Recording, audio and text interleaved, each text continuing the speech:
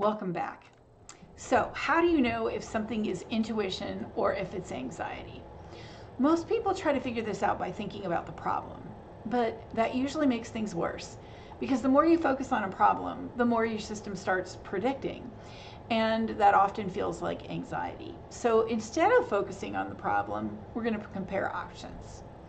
So, you're not trying to analyze, you're not trying to decide, you're just observing how your body responds in different directions. So, step one, bring one option to mind, a direction, a choice.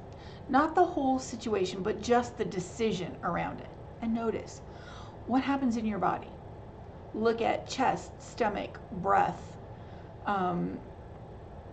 overall tone of body. Don't interpret any of this, just observe it, okay? Then let it go. Clear. Take a breath.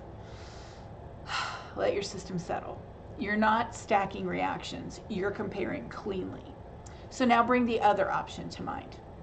Again, notice what happens in your body.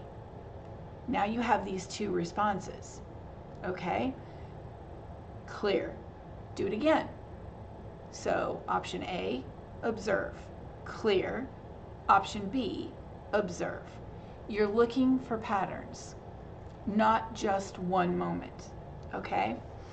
So what are you comparing? Well, you're asking which option makes you feel stable, clear, easy to stay with, and which one builds, tightens, becomes more urgent.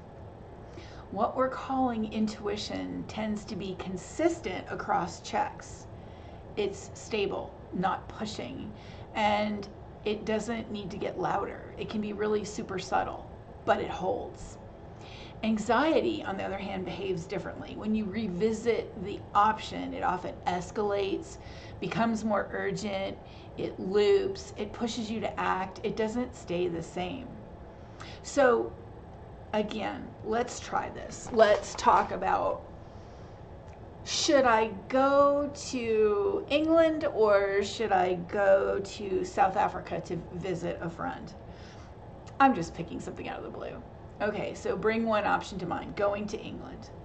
Notice my body, and I focus on it more. What happens? Does it stay the same or does it build?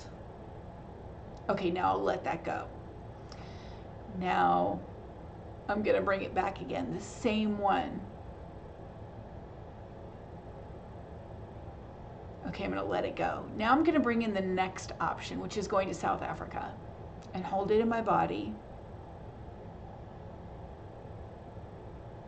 Okay, let it go, and then bring it back, and let it go.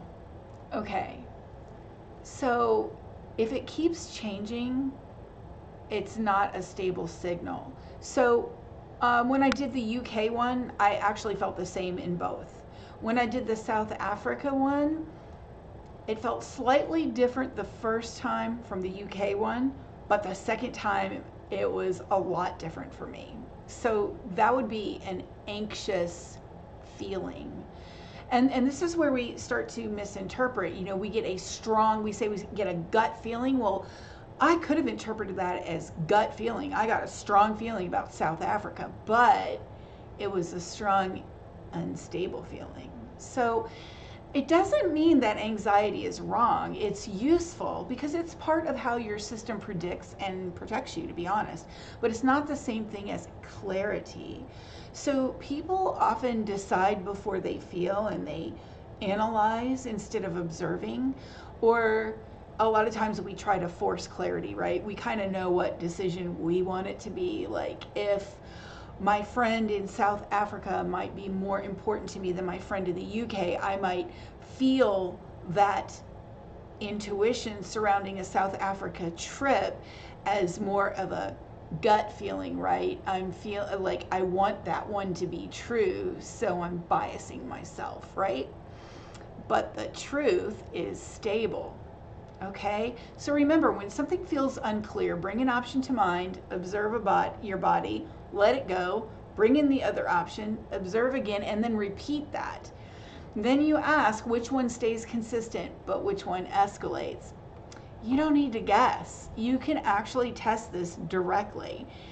You don't find intuition by thinking about the problem.